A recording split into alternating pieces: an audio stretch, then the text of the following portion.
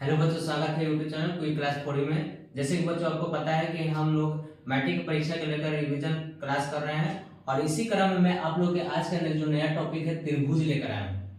बच्चों मैंने त्रिभुज में वैसे प्रश्नों को बताऊंगा जो कि आपके प्रश्न पत्र में पूछते हैं। अब मैं वो चीजें नहीं बताऊंगा जो कि अटपटा लगे। ठीक है, तो आइए डायरेक्ट हम देखते हैं कि कौन कौन से ऐसे प्रश्न होते हैं जो आपके प्रश्न पत्र में पूछते हैं। इन प्रश्न पत्रों को में जो प्रश्न आते हैं उसको समझने के पहले सबसे पहले हम थेल्स प्रमेय देखेंगे कि ये जो त्रिभुज जो होता है, त्रिभुज में ज्यादातर प्रश्न जो है थेल्स प्रमेय और थेल्स प्रमेय का विलोम और पाइथागोरस प्रमेय और पाइथागोरस प्रमेय का विलोम पर ही क्वेश्चन आपको देता है और उसी में आप उलझ के रह जाते हैं। तो आइए हम लोग बहुत आसान भाषा में इसको हम समझते हैं। सबसे पहले तो थेल्स प्रमेय ही आपको कभी कभी जो है 2 नंबर में लिखने के लिए दे देता है, तो इसको याद कर लीजिएगा। क्या कहता है थेल्स प्रमेय? कहता है कि किसी त्रिभुज की एक भुजा की समानांतर अन्य दो भुजाओं को भिन्न भिन्न बिंदुओं पर प्रतिच्छेद करने के लिए एक रेखा खींची जाए तो ये अन्य दो भुजाएं एक ही अनुपात में विभाजित हो जाती है। बच्चों आपने तो रट लिया लेकिन इसको समझ नहीं पाए। इसको मैं बहुत आसान भाषा में समझा रहा हूं, ध्यान से देखिए। क्या कर रहे हैं कि एक हम त्रिभुज लेते हैं और हम जानते हैं कि त्रिभुज जो है उसमें 3 भुजाएं होती हैं, शीर्ष जो 3 होते हैं और इनकी कोण भी कितना होता है? 3 होता है। तो ये वाला भुजा जो है ए बी कहलाता है, ये वाला भुजा ए सी कहलाता है और ये वाला भुजा जो है बी सी कहलाता है। ठीक है, कह रहे कि किसी त्रिभुज की एक भुजा के समानांतर, मतलब इस भुजा के समानांतर अगर हम कोई रेखा खींच रहे हैं जो कि अन्य दो भुजाओं को भिन्न भिन्न बिंदुओं, मतलब अगर मान लीजिए इस रेखा के समानांतर अगर हम रेखा खींच रहे हैं तो इन दो भुजाओं को क्या करेगा? काटेगा। जैसे कि ये देखिए ध्यान से, ये देख रहे हैं, ये रेखा ऐसे खींचे हैं कि इन दोनों को जो है क्या किया है? काटा है।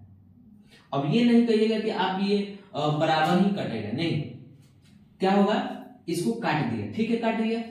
प्रतिच्छेद करने के लिए एक रेखा खींची जाए तो अन्य दो भुजाएं जो है एक ही अनुपात में क्या होती है? विभाजित होती है। मतलब इसका जो अनुपात है इतना और इतना का अनुपात जो है इतना और इतना के बराबर होगा।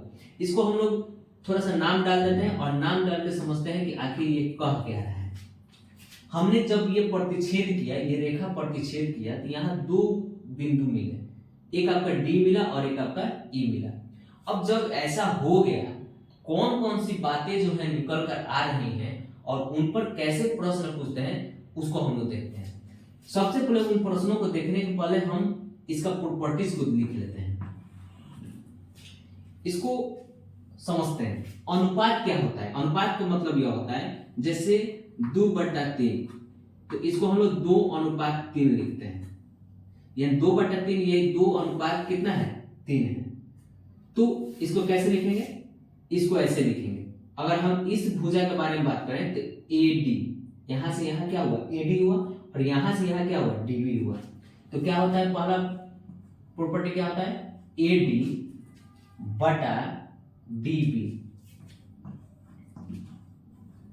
बराबर किसका होगा? AE/AC। AE/EC। देख रहे हैं बच्चों? इतना बटा इतना और फिर बराबर में करके इतना बटा इतना। ये मेरा पहला प्रॉपर्टी होगा। दूसरा प्रॉपर्टी क्या होता है? अब हम थोड़ा सा छोटा वाला लिखते हैं। कैसे लिखते हैं? AD बटा, यानी कि ये वाला छोटा वाला हिस्सा और फिर अब क्या लिखेंगे? बड़ा वाला हिस्सा यानी AB। अब आप इधर वाला आप खुद से समझ के बताइए और मैं भी बता रहा हूं। AE/AC, AE/AC। देखा? इतना बटा पूरा इतना, फिर इतना बटा पूरा इतना। ये हो गया। तीसरा क्या कह रहा है? तीसरा हो जाएगा हमारा ए बी पूरा बड़ा, उसके बाद से ये छोटा वाला डी बी। अब इधर वाला आप लोग बताएं, ए सी बटा ई सी, ए सी बटा ई सी, ठीक है। और चौथा क्या निकल के आ रहा है, चौथा ये चीज निकल कर आ रहा है कि ये जो रेखा होता है, ये जो आप बीसी देख रहे हैं, इस डीई का क्या होता है, दोगुना होता है, ठीक है। तो देखिए कैसे लिखते हैं, बीसी बराबर इसका दोगुना है, तो दोगुना का मतलब होता है 2 गुने डी। पांचवा क्या निकल के आएगा, पांचवा इसी से निकल कर आएगा कि अगर हम डीई के बारे में पूछते हैं तो इस भुजा का क्या होता है, आधा होता है। तो डीई बराबर क्या होगा, 1/2 गुने बीसी। अभी हम इस पर प्रश्न करेंगे तो स्पष्ट हो जाएगा कि सर ने जो है ये 5 तरह के जो है ये क्यों लिखाए हैं, ठीक है। तो इसको नोट कर लें या स्क्रीनशॉट ले लें, इसके बाद हम इस पर प्रश्न करते हैं।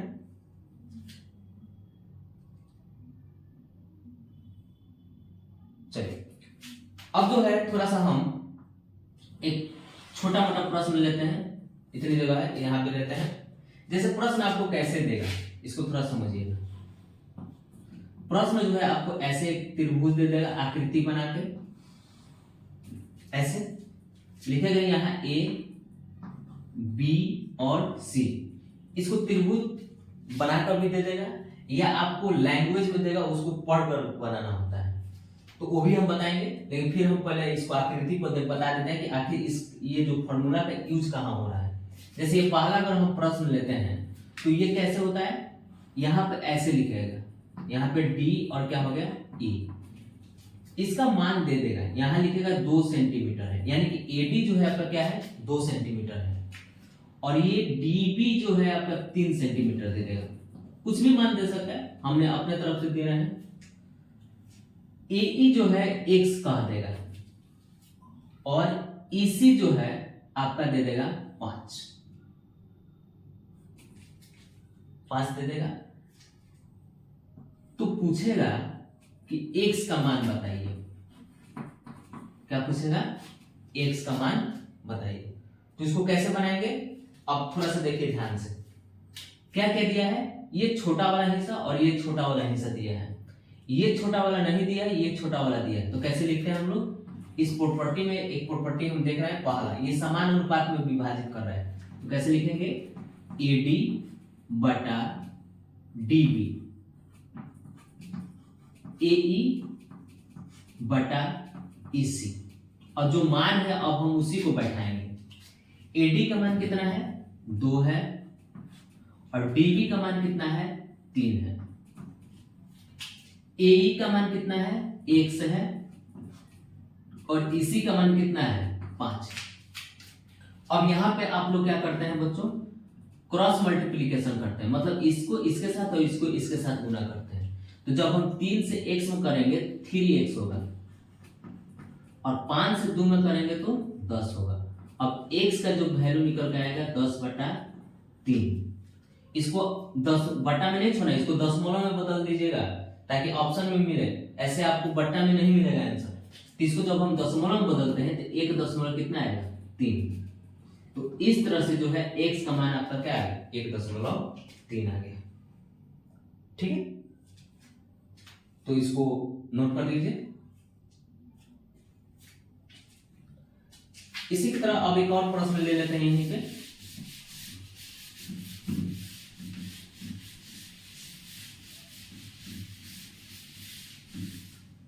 जैसे एक प्रश्न दे देगा, ऐसे एक त्रिभुज दे देगा,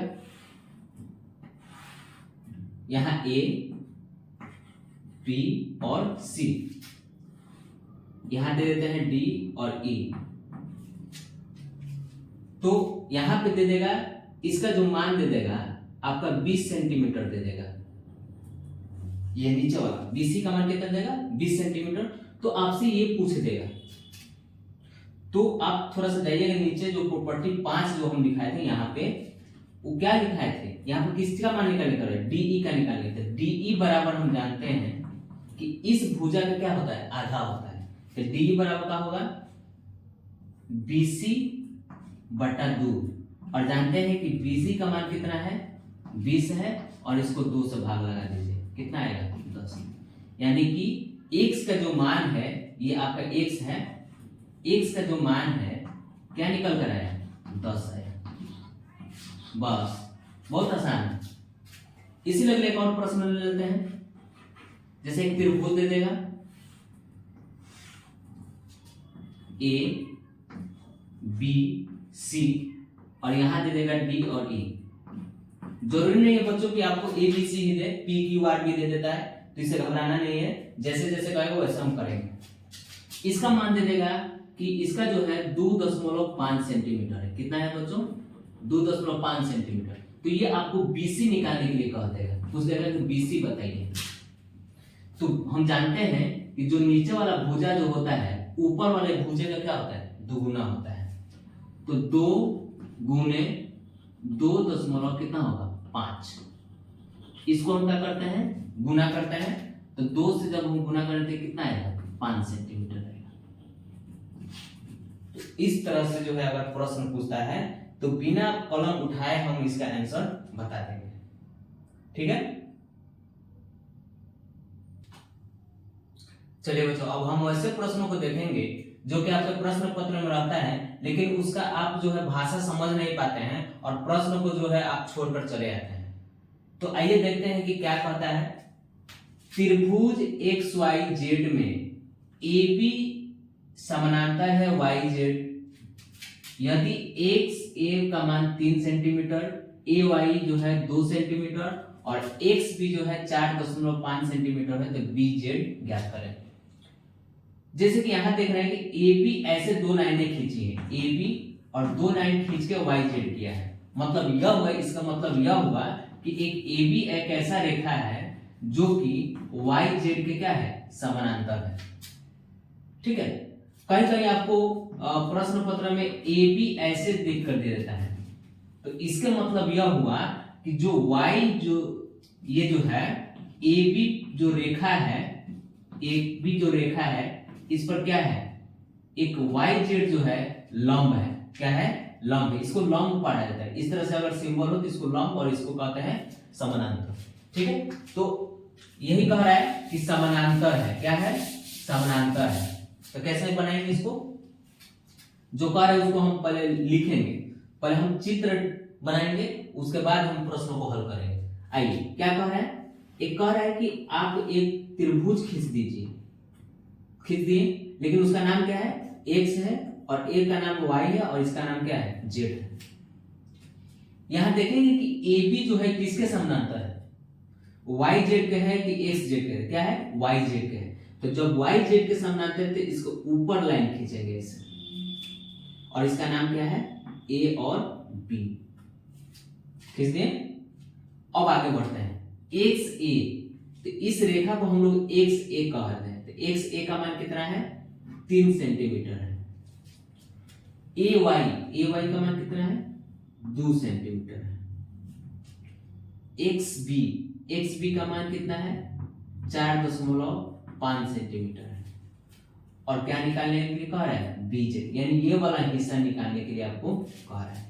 तो प्रॉपर्टी हम जानते हैं कि जब एक रेखा जो है दूसरी रेखा जो है समानांतर होती है, और जब उसको प्रतिच्छेद करती है तो उसको समान अनुपात में विभाजित करती है। ये क्षेत्रफल में है, तो क्या होता है, लिखेंगे XA, ये वाला छोटा वाला हिस्सा बटा छोटा वाला हिस्सा A1, फिर XB बटा BZ। अब जो चीजें हैं उसको वहां रख देंगे। XA का मान कितना है, 3 है। AY का मान कितना है, 2 है। XB का मान कितना है, 4.5 है। और BZ का मान कुछ नहीं है, यही तो निकालना है।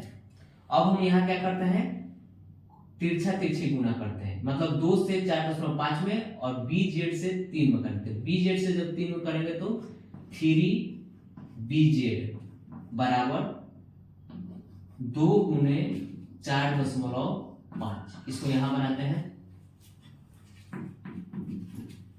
3BZ बराबर, जब 4.5 में 2 से गुना करेंगे तो इसका आंसर कितना आएगा, 9 आएगा।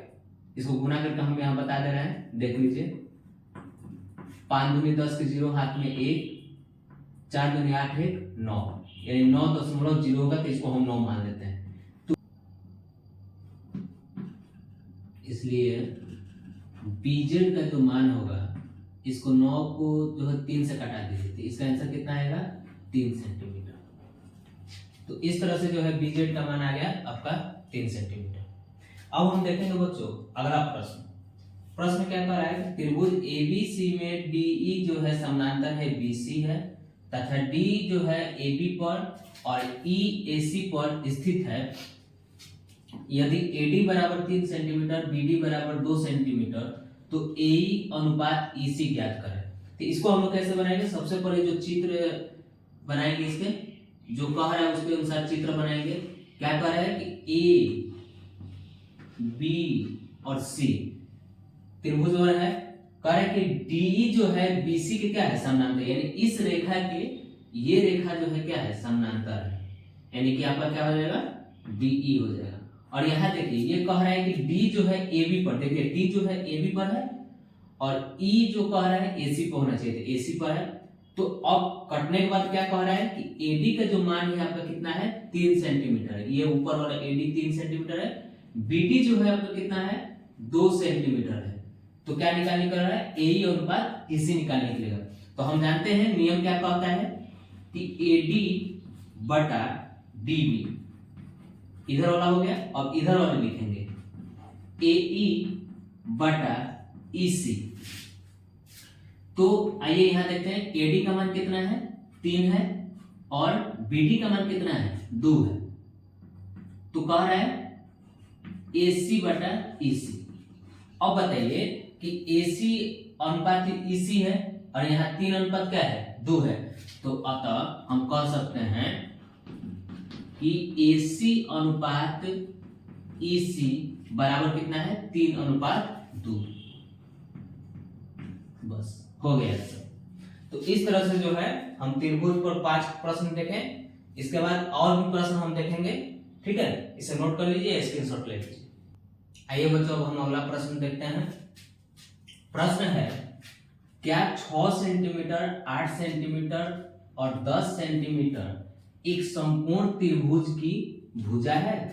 ऐसे प्रश्न दे देगा और पूछ देगा कि हाँ ना, ठीक है, इस तरह को पूछेगा कि है, बना सकते हैं कि नहीं बना सकते हैं। तो ऐसे प्रश्न आएगा तो इसको कितनी आसानी से हम बना रहे हैं, आइए देखते हैं। सबसे पहले यहां देखेंगे कि भुजा जो है हमारा क्या कह दिया है, ये भुजा है। भुजा कितना है, 6 सेंटीमीटर, 8 सेंटीमीटर और 10 सेंटीमीटर है। और क्या पूछ रहा है, संपूर्ण त्रिभुज। जैसे ही प्रश्न में संपूर्ण त्रिभुज का बात आए, हमें पाइथागोरस प्रमेय याद हो जाना चाहिए। और हम जानते हैं कि पाइथागोरस प्रमेय क्या कहता है जी, कहता ये है कि जो कर्ण का स्क्वायर होता है, यानी जो सबसे बड़ी भुजा का स्क्वायर होता है, अन्य 2 छोटी भुजाओं के वर्ग के क्या होता है, बराबर होता है। जैसे हम जब कोई संपूर्ण त्रिभुज बनाते हैं, जैसे अगर संपूर्ण त्रिभुज बनाते हैं तो ये वाला हिस्सा जो है आधार कहलाता है और ये वाला हिस्सा जो है लंब कहलाता है, और जो तिरछा है उसको हम लोग कर्ण कहते हैं। ये बड़ी भुजा होती है, किसी भी संपूर्ण त्रिभुज में जो सबसे बड़ी भुजा होती है वो कर्ण होती है। तो कर्ण का जो स्क्वायर हुआ है वो लंब के स्क्वायर और आधार के स्क्वायर के क्या होता है, बराबर होता है। ये पाइथागोरस प्रमेय कहता है। तो अब आप बताइए कि आप वो कंफ्यूज हो जाएंगे कि सर इतना दिया है, तो हम तो कंफ्यूज हो जाएंगे कि किसको कर्ण माने, किसको लंब माने और किसको आधार माने। कुछ नहीं करना है, इसमें देखेंगे कि सबसे बड़ी भुजा कौन है।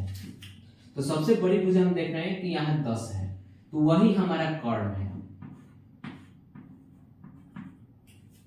अब बाकी जो लिख लीजिए, छोटी भुजा कौन है, 6 का स्क्वायर, प्लस 8 का स्क्वायर। अगर 10 का स्क्वायर करते हैं तो 20 होगा? नहीं, 20 नहीं होगा, ये गलती कर रहे हैं। 10 के स्क्वायर का मतलब ये हुआ कि 10 गुने 10, तो 10 गुने 10 करिएगा तो कितना आएगा? 100 आएगा। और इसको करिए 6 का स्क्वायर करेंगे तो 36 आएगा, और 8 का स्क्वायर करेंगे तो कितना आएगा? 64 आएगा। अब हम यहां देखेंगे क्या हो रहा है। यहां हम देख रहे हैं कि ये 100 हो गया बराबर, इन दोनों को जोड़ दीजिए, 36 और 64 को जोड़ेंगे तो कितना आएगा? 100 आएगा। अब हम यहां देख रहे हैं कि 100 बराबर 100, मतलब इस वाले हिस्सा जो है उस वाले हिस्से के क्या हो गया? बराबर हो गया। यदि इतने बराबर अगर हो जाते हैं, इस तरह से बराबर हो जाते हैं, तो ये समकोण त्रिभुज के भुजा हैं। अगर बराबर नहीं होते हैं तो समकोण त्रिभुज के भुजा नहीं है। तो क्या है? हाँ,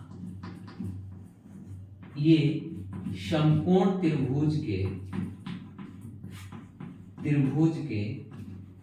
भुजा है। आगे समझ में बच्चों? अब हम देखते हैं अगला प्रश्न। क्या 5 सेंटीमीटर, 6 सेंटीमीटर, 7 सेंटीमीटर के माप से त्रिभुज बनाना संभव है? अब आप जो प्रश्न अगर पेपर में आ जाए तो आप तो स्केल की सहायता से त्रिभुज बनाने नहीं लगेगा, नहीं, त्रिभुज नहीं बनाना है।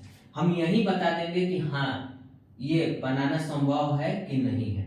देखिए कैसे हम बनाते हैं। हल लिखेंगे 5 सेंटीमीटर, 6 सेंटीमीटर और कितना है? 7 सेंटीमीटर। ये 3 भुजाएं हैं। इसका प्रॉपर्टी ये होता है कि त्रिभुज तभी हम बना सकते हैं जब दो भुजाओं को जोड़ते हैं, यदि वो तीसरी भुजा से बड़ी है तो समझिए कि त्रिभुज बनाना संभव है। जैसा ये देखते हैं थोड़ा सा, 5 + 6 को अगर हम जोड़ते हैं तो जो 5 + 6 जोड़ते हैं, एक बचा क्या मेरा? 7 बचा। तो 5 + 6 को जोड़ते हैं तो इसका आंसर कितना आता है? 11 आता है। और हम देख रहे हैं कि 11 जो है 7 से क्या है? बड़ा है। यहां तो प्रॉपर्टी मेरा सही हो गया। लेकिन अगर हम दूसरे तरीके से देखें तो एक बार हम करते हैं 5 और 7 को जोड़ते हैं और इधर लिखते हैं। जब 5 और 7 को जोड़ते हैं तो यहाँ देख रहे हैं कि 12 होगा और इधर 6 होगा। अब बताइए कि दो भुजाओं को जोड़ने पर 12 होगा और ये 6 होगा, तो बताइए कि 12 12 है कि नहीं है? है। तो यहाँ हमारा प्रॉपर्टी सही हो गया। फिर अगला जो है, अगर हम तीसरा प्रॉपर्टी देखें तो 6 को 7 से जोड़ते हैं तो एक बचा मेरा 5, 6 7 जोड़े तो कितना है? 13। और हम देख रहे हैं कि 13 जो है 5 से क्या है? 12 है। यानी कि तीनों कंडीशन में ये क्या हो रहा है? मेरा नियम फॉलो कर रहा है। इसलिए हम कह सकते हैं कि इन भुजाओं के माप से हम त्रिभुज बनाना संभव है, यानी कि संभव है। अब हम अगला प्रश्न देखते हैं। क्या 30 डिग्री, 60 डिग्री और 90 डिग्री से त्रिभुज बनाना संभव है? तो अगर त्रिभुज कैसे देखेंगे? जब हम इन तीनों कोणों को जोड़ते हैं और 180 डिग्री के बराबर हो जाता है तो त्रिभुज बनाना संभव है। आइए चेक करते हैं। 30 डिग्री, 60 डिग्री और 90 डिग्री को जोड़कर 180 के बराबर करते हैं। आइए इन तीनों को जोड़ते हैं। 30 60 90, 90 90 कितना हो गया? 180 डिग्री और इधर हो गया आपका 180 डिग्री। इस तरह से हम इन कोण की सहायता से हम ये त्रिभुज बना सकते हैं। अगर मान लीजिए कि इन तीनों को जोड़ने पर 180 के बराबर नहीं होता है तो त्रिभुज बनाना संभव नहीं है। जैसे कि ये प्रश्न है, ये प्रश्न आपको दे रहे हैं और इसे जो है आप बनाइए और देखिए कि ये त्रिभुज बन पाता है कि नहीं। ठीक है, तब तक के लिए बच्चों अब इस त्रिभुज में इतना ही